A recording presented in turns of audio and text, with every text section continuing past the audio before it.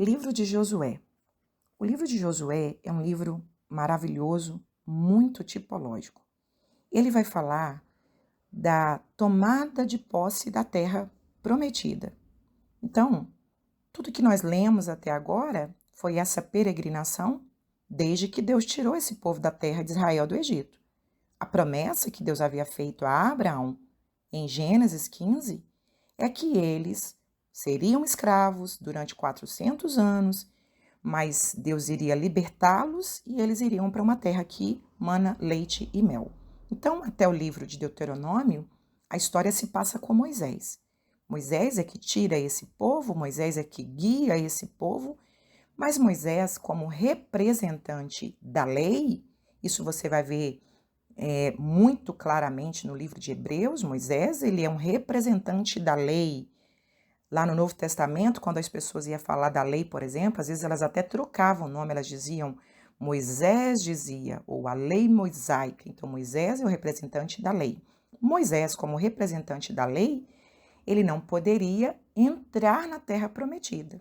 Claro, havia uma justificativa para isso, que foi um ato de desobediência de Moisés a Deus, quando ele, de uma forma de um descontrole emocional, ele toca naquela rocha descontroladamente. Então Deus diz para ele que por causa disso ele não herdaria a terra. Mas, numa palavra tipológica, Josué, o nome dele significa o Senhor salva. Então, ele tem a raiz do nome de Josué no hebraico, é a mesma raiz para o nome Jesus. Significa o Senhor salva. Então, Josué, ele é um representante da graça. Então, por que Josué entra com o povo na terra e não Moisés? Porque a lei não teria nenhuma condição de nos levar à Canaã celestial.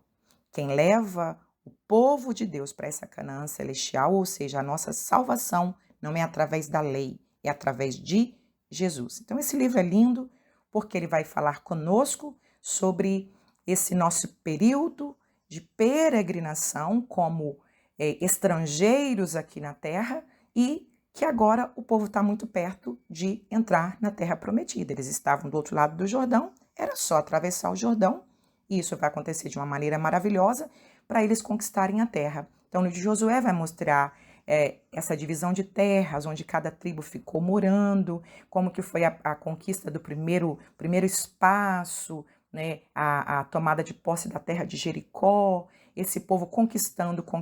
E Josué foi esse comandante que veio sendo preparado por Moisés durante todo esse tempo.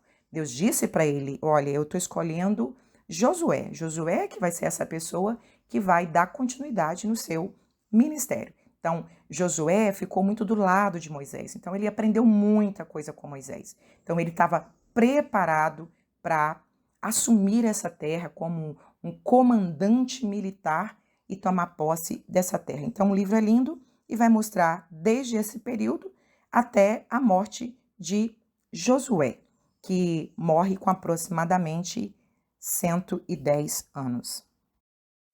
Josué, capítulo 1, Deus fala para Josué, animando-o porque Moisés acabara de morrer. Imagina aquele líder que ficou durante esses 40 anos com muita sabedoria, com muita paciência. Moisés, ele é a pessoa, tipologicamente, que mais se parece com Cristo. A paciência, a longanimidade de Moisés, a intercessão de Moisés pelo povo. Então, Moisés, ele é aquele homem da Bíblia que mais representa a longanimidade, a misericórdia e a intercessão de Jesus pelo homem, pelo pecador. Moisés é o maior líder das Escrituras. E esse líder Moisés, que enfrentou esses quase 2 milhões de pessoas, imagina, durante todo o deserto e vendo as situações difíceis e com muita paciência, atendendo aquele povo, e de repente o Moisés morre. E Deus passa esse bastão, essa responsabilidade para Josué. Qualquer ser humano ficaria muito apreensivo, muito temeroso. Moisés tinha uma intimidade muito forte com Deus.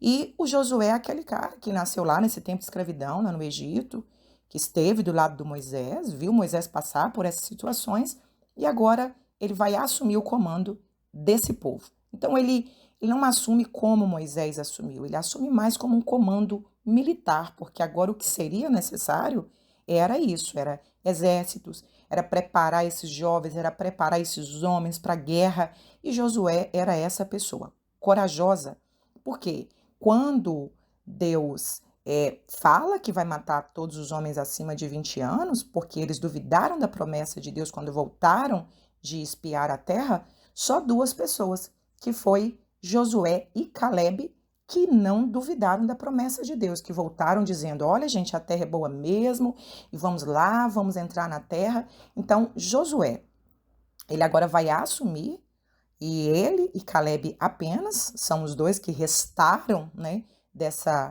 desse povo que saiu da terra do Egito, e ele agora vai assumir. Então, Deus fala para ele, fica tranquilo, da mesma forma que eu fui com Moisés, eu serei com você. E Deus dá para ele qual que é o segredo do sucesso. No verso de número 8, ele fala, olha, não cesses de falar do livro dessa lei. Lembra, Josué, você como um líder, você vai ter que estar sempre falando do livro da lei.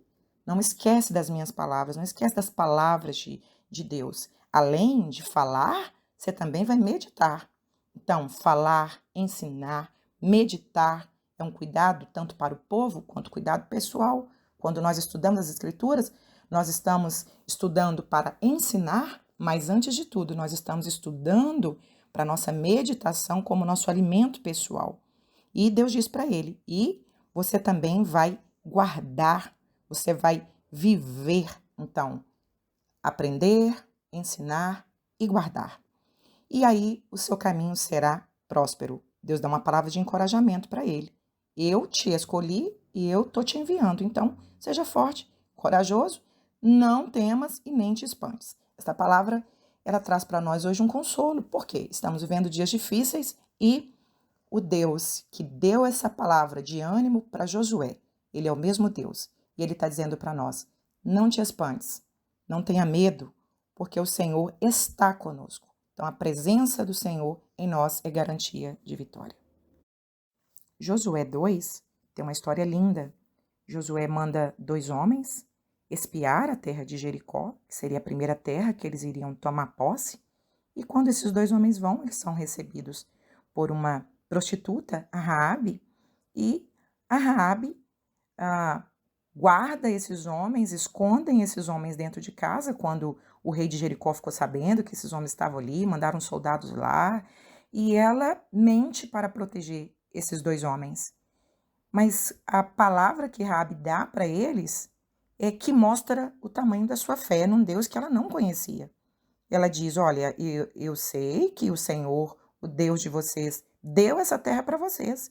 Nós temos ouvido que o Deus de vocês tem feito por vocês e que nós estamos assim, todo mundo aqui em Jericó que escuta as suas histórias, as histórias do seu povo, fica temeroso porque a gente sabe que o Deus de vocês, ele é Deus no céu e é Deus na terra. Olha a fé dessa mulher. Então, ela pede para eles, que assim como ela está protegendo eles, que eles também protegem ela e a família dela quando eles forem invadir a terra de Jericó. Então, eles fazem uma aliança com ela para que ela coloque um fio de escarlata, né, um pedaço de pano vermelho na janela da casa dela e o ato de ela colocar essa fita vermelha na casa dela é que seria a prova da aliança. Então, no momento da invasão, aqueles homens viram aquele pedaço de pano vermelho na janela da Raabe, invadiram todas as casas e mataram todo mundo, mas Raabe foi protegida. A simbologia disso, né, a tipologia disso na nossa vida é que nós também estamos marcados pelo sangue de Jesus e nós não passaremos pela morte eterna. Essa Raabe depois, ela vai entrar para a nação de Israel, vai se casar com um israelita e olha que coisa maravilhosa, ela vai fazer parte, né, dessa linhagem do Messias. Josué 3 e 4. O capítulo 3, Deus vai fazer o povo passar pelo Rio Jordão de uma forma milagrosa. Josué chama o povo para se santificar. Santificar significa separar-se para Deus, consagrar corpo, a alma para Deus. E no outro dia, o Senhor faria uma grande maravilha diante do povo. Aquela geração que não viu o Mar Vermelho se abrir, agora ia ver um milagre parecido, que é o Jordão se abrir. E então o povo se santifica, a Arca da Aliança, que representa a presença de Deus, vai na frente, quando os sacerdotes, que eram homens escolhidos para carregar essa arca, esse objeto sagrado, era o objeto mais sagrado de todos os objetos. Qualquer uma outra pessoa que se aproximasse ou que tocasse esse objeto seria morto. Os sacerdotes, quando colocam os pés à beirada do Jordão, o Jordão se abre. Então, diante de todo o povo, acontece um milagre. E o Jordão se abre, o povo passa a pés enxutos, e a ordem de Deus foi para que cada um dos representantes das 12 tribos pegasse uma pedra. E essa pedra, depois que eles atravessassem o Jordão, eles deveriam levantar uma coluna. Para quê? Esse memorial. Deus estava pensando na próxima geração. Quando os filhos, nas próximas gerações, vissem aquela coluna de pedras, eles perguntariam para os pais: pai, o que é essa coluna com essas 12 pedras? O pai ia ter oportunidade de contar para o filho os feitos de Deus. Olha, meu filho, isso aqui foi quando nós atravessamos aquele rio, em uma época transbordante, atravessamos a pés enxutos. Qual era o cuidado de Deus? Deus queria que as leis dele, as maravilhas dele fossem repassadas de geração para geração. Infelizmente, o povo não fez isso. O livro de Juízes diz que levantou-se uma geração que não conhecia o Senhor. Fazendo aplicação nas nossas vidas, Deus ele tem pedido isso a nós, através das Escrituras, que nós falemos dele para os nossos filhos, que nós ensinemos andando pelo caminho, assentados. Por quê? Porque se nós não falarmos, se nós não ensinarmos para os nossos filhos, nossos netos não conhecerão a Deus. Talvez seja esse um dos problemas da nossa nação. Os nossos adolescentes, os nossos jovens não conhecem Deus e nem os feitos de Deus. E a minha oração tem sido para que Deus faça com milagres nessa geração, para que os nossos filhos vejam. E além dos nossos filhos verem com os próprios olhos, nós não podemos deixar de falar a eles quem é o nosso Deus e quais são os feitos de nosso Deus. Deus naquele dia, capítulo 4, verso 14, diz que o Senhor começou a engrandecer Josué diante do povo. Por quê? Porque Deus queria que o povo visse que Josué era um homem escolhido por Deus, para evitar a murmuração, de que o próprio Josué tivesse assumido aquele cargo. Então Deus estava mostrando para o povo: eu estava com Moisés, mas eu também estou com Josué. Então Deus estava mostrando para o povo que ele estava aprovando a chamada que ele havia feito sobre a vida de Josué. Josué, capítulos 5 e 6. Josué, capítulo 5, o povo vai fazer uma circuncisão para fazer uma aliança com Deus. Então, lembrando, aí no verso 6 diz que durante esses 40 anos de peregrinação, todo aquele povo que saiu da terra do Egito e que foram ingratos, incrédulos, morreram no deserto. Então, agora tem uma nova geração.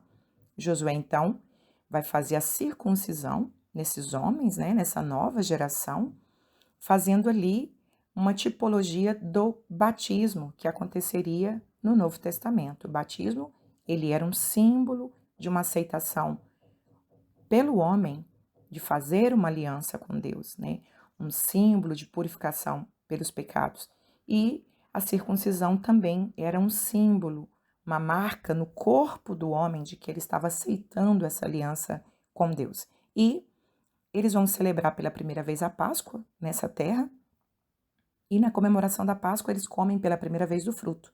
Então é muito interessante, porque esse texto vai mostrar no verso 12 que ao comerem do fruto daquela terra, no outro dia não caiu mais o maná. Ou seja, Deus prometeu que cuidaria no deserto, que estaria com eles até a terra prometida. Então, durante todos os 40 anos caiu o maná. Agora imagina as mulheres acordando e olhando debaixo, no solo, olhando fora de suas tendas, não havia mais o maná, porque não seria mais necessário.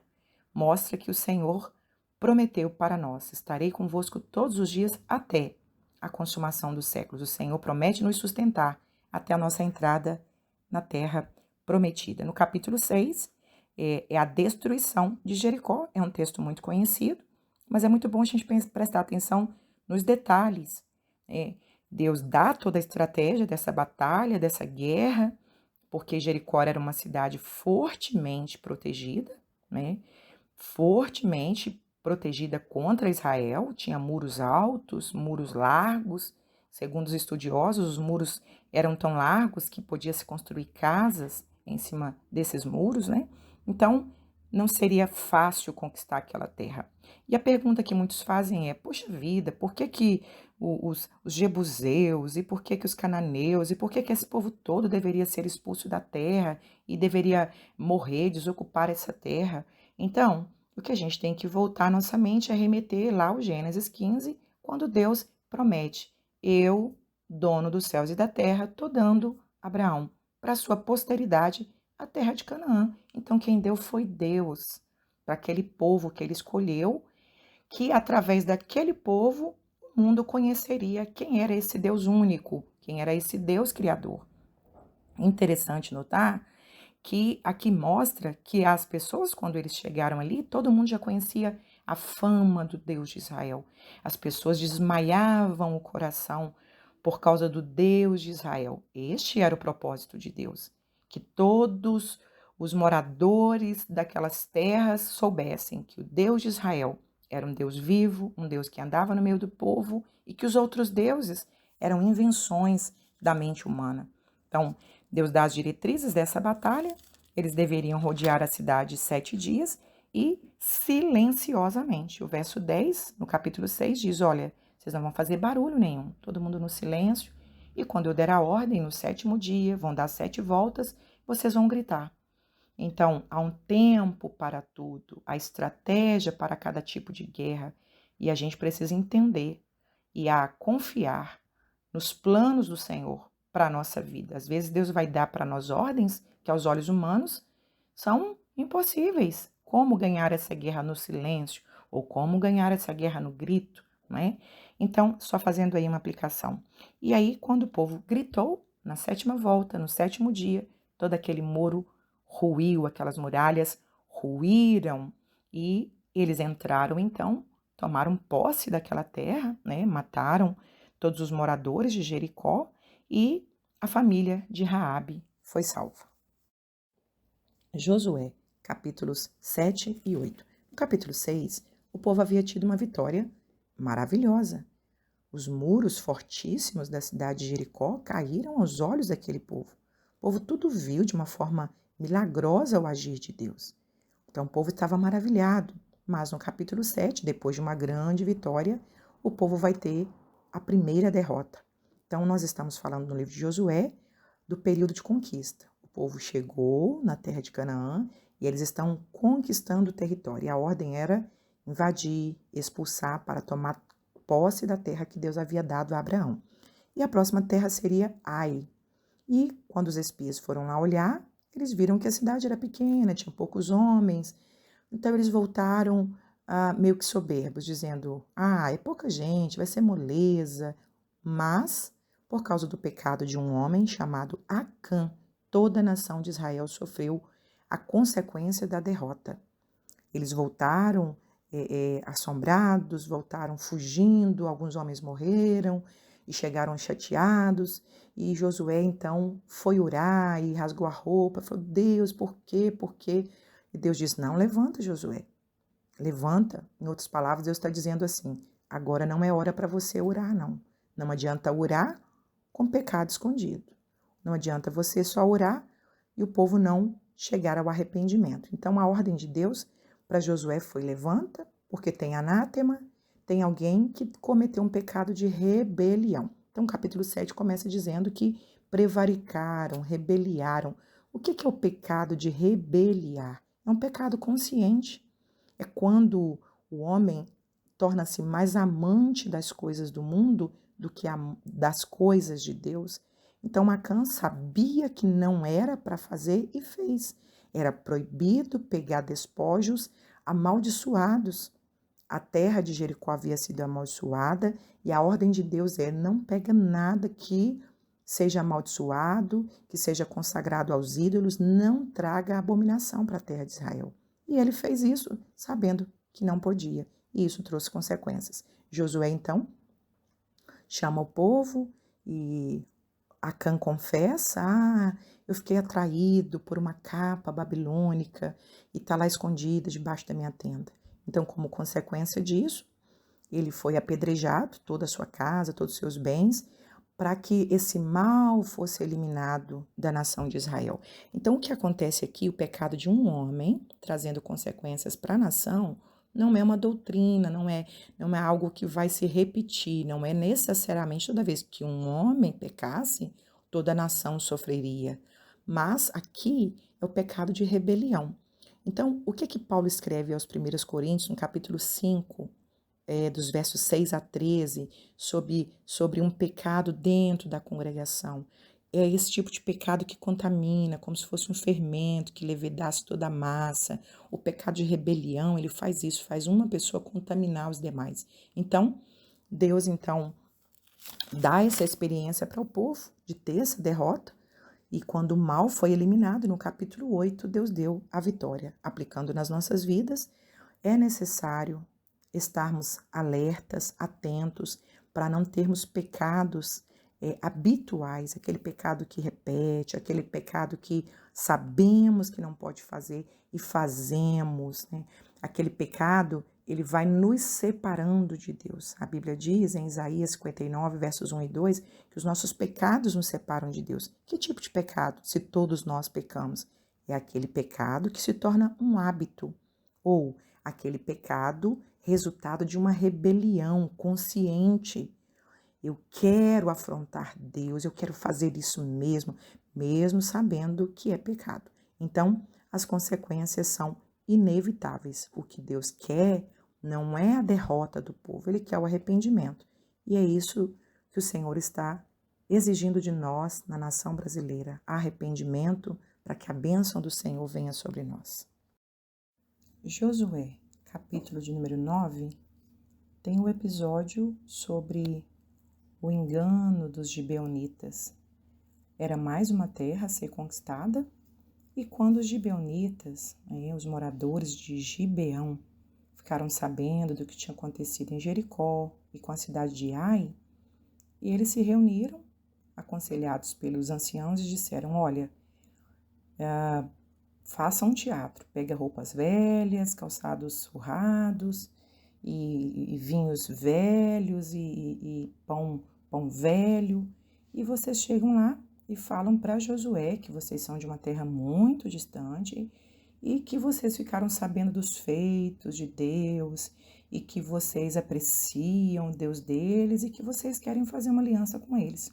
Então, infelizmente, mais uma derrota para o povo de Israel, porque os gibeonitas chegaram com aquele teatro, com aquele espírito de engano, e Josué, então, junto com o povo, faz um juramento com eles, porque viram que eles eram realmente de muito longe, que não pertenciam àquelas terras ali a serem conquistadas, e o segredo está no verso de número 14, que diz assim: e não pediram conselho ao Senhor. Tiveram consequências gravíssimas, porque depois de 3 dias eles chegaram em Gibeão e descobriram que a cidade estava ali pertinho, e por causa disso eles não puderam destruir, por causa de uma aliança que eles haviam feito com aquele povo por não consultar a Deus. E eles então foram amaldiçoados e se tornaram escravos de Israel, rachadores de lenha, tiradores de água, né, para serviço da casa de Deus. E mais uma vez a nação de Israel começa a declinar, virando as costas para Deus. Josué foi enganado por esse teatro, por esse espírito de engano. Qual a conclusão que nós chegamos aqui? As nossas ações, as nossas decisões, todas devem ser tomadas mediante oração, leitura da palavra de Deus. Não é aquele velho hábito que algumas pessoas fazem de usar a Bíblia como um horóscopo, né? Abre a Bíblia e vou ver aqui o que o Senhor vai falar para mim. Não, é um relacionamento diário. Muitas decisões, quando nós vamos tomar, nós já temos uma orientação de algum texto que lemos, de um episódio na Bíblia, e aí o Senhor nos faz lembrar. Josué, capítulo 10, vai mencionar pela primeira vez o nome completo da cidade Jerusalém.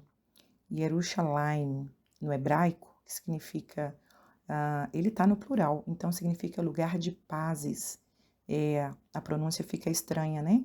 Mas a aplicação que se faz é que ela é a Jerusalém de paz terrena, também fazendo uma tipologia a Jerusalém celeste. Então, Jerusalém vai se tornar a capital dessa Canaã, dessa terra dos judeus, vai se tornar, então, o lugar principal de vários episódios daqui para frente. Ela já foi mencionada lá atrás como Salém, que era o rei de Salém, era Melquisedeque, né, que se encontrou com Abraão, e aquele episódio fazendo tipologia a Jesus Cristo como o sumo sacerdote segundo Melquisedeque. Mas aqui, Adoni-Zedeque, ele fica sabendo das vitórias, fica sabendo que essa cidade próxima, Gibeão, havia feito uma aliança com essa nação inimiga, que é Israel. Eles então ficam preocupados e esse rei então junta mais 5 cidades, se aliam para atacar Jerusalém. Josué teme, mas ele ora ao Senhor e o Senhor dá ordem para ele. Olha, Josué, pode ir, não temas, porque eu já entreguei, já dei a vitória para vocês. E interessante, nesse episódio, é que a guerra foi uma guerra extensa e eles foram tendo vitória. Deus fez algo sobrenatural, mandou uma chuva de pedras, né? Muitos morreram tanto pela espada quanto por essa chuva de pedra, mas Josué percebeu que precisava de mais tempo, de mais claridade do dia. Então ele ora com autoridade, pedindo que o sol e a lua se detivessem. E alguns céticos fazem crítica aqui, dizendo: isso é só uma historinha, porque não é o sol que anda, é a terra aqui que movimenta. Mas o fato histórico não está nem em quem parou, se foi o sol, se foi a lua ou se foi a terra. O fato histórico, o milagre aqui, é que esse dia ficou maior, né? A claridade ficou por mais tempo, o tempo suficiente para que Deus desse a vitória para Josué e para a nação de Israel. Então, esse capítulo 10 é aquele capítulo maravilhoso que nós gostamos de ensinar, que nós gostamos de falar, que foi quando Josué orou e o sol parou. O que é que mostra aqui? Mostra o poder de Deus sobre as coisas criadas. Jesus, quando ele estava no barco com os discípulos, ele deu uma ordem: acalma-te, vento, aquieta-te, mar. Então, Deus, ele é absoluto, seu poder é absoluto, ele é todo poderoso e o seu poder está acima de todas as coisas, inclusive sobre as coisas criadas. Esse é o nosso Deus.